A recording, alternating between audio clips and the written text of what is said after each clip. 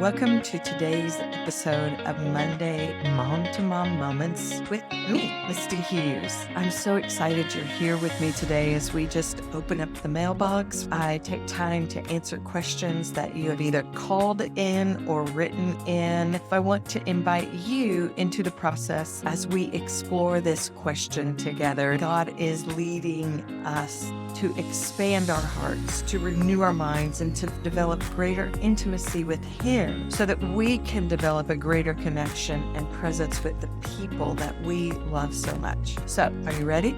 Let's get started.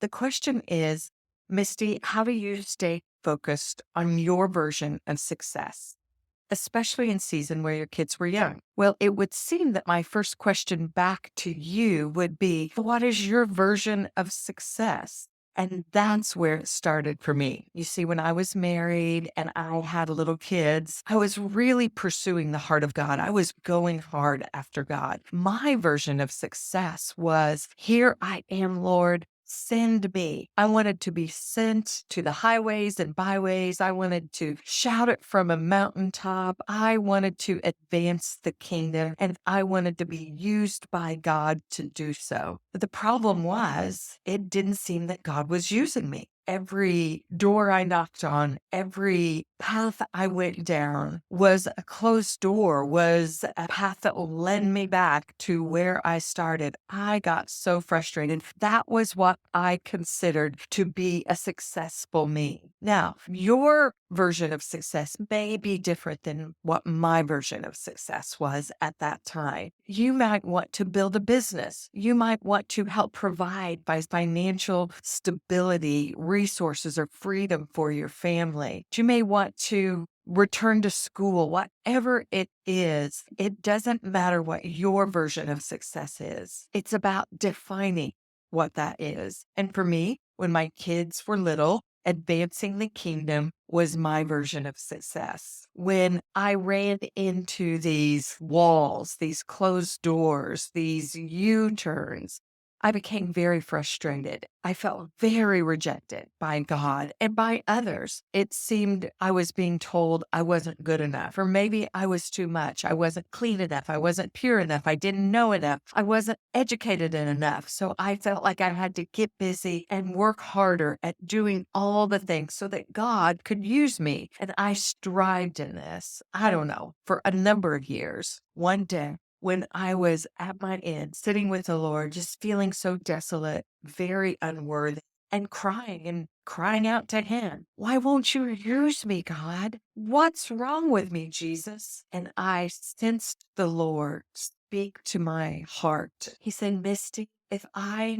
never commission you to go out into the world, if I never give you a platform to speak off of, if all you do is minister to your children, to teach your children and train them and equip them to know me, is that enough?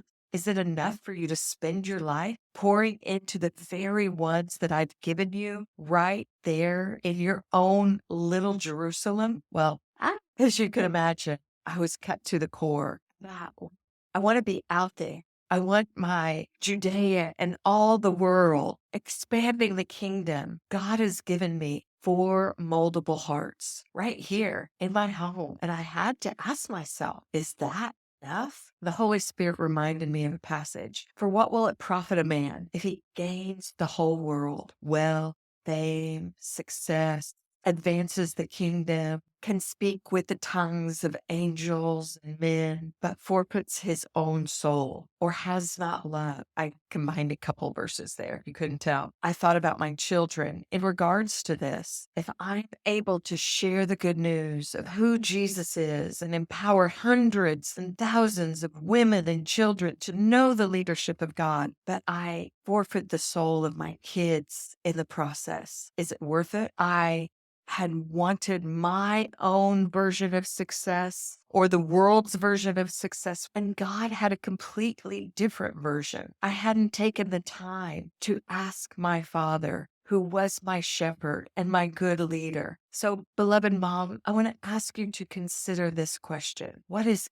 God's definition of success for you. As I was preparing to share with you today about staying true to your vision of success, even when your children are little, I was reminded of a passage out of Isaiah 26. It says, "You will keep in perfect peace all who trust you, all whose thoughts are fixed on you." Another version that I like says, "Those whose minds are stayed on you."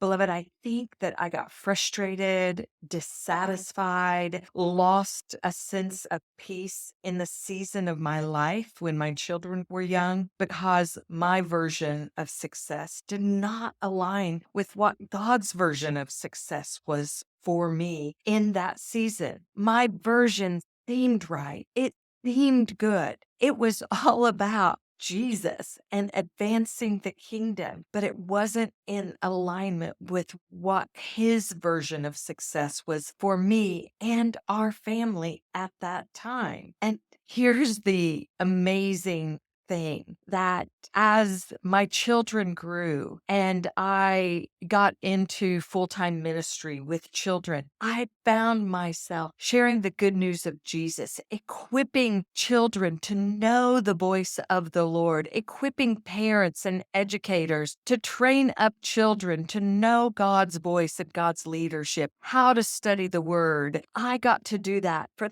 thousands of people over the years. And then I got to do it for thousands of moms over the years. And beloved, I'm still about my Father's business. So that is the good news. It wasn't that my heart or my intent was evil. And as a believer, I know your heart and your intent is not to do harm, but it's to do good, to follow after God's heart. I just want to encourage you to ask the Lord what his version of success is for you in this season of life when your children are little, and be willing to follow after his leadership, trusting in the Lord and leaning not on your own understanding. And when your mind is stayed on him, he will bring you into perfect peace. Beloved, it doesn't mean that everything will be all rosy and happy, that the furnace won't go out, your car won't break down, you won't have a flat tire, you won't miss an appointment. It just means that we can walk in perfect peace when the Lord is our shepherd and he is truly leading and guiding us in the way we should go. Well, marvelous mom, that's a wrap for today. I hope you were encouraged, maybe challenged and uplifted, but I do want to remind you that you are not alone on this journey.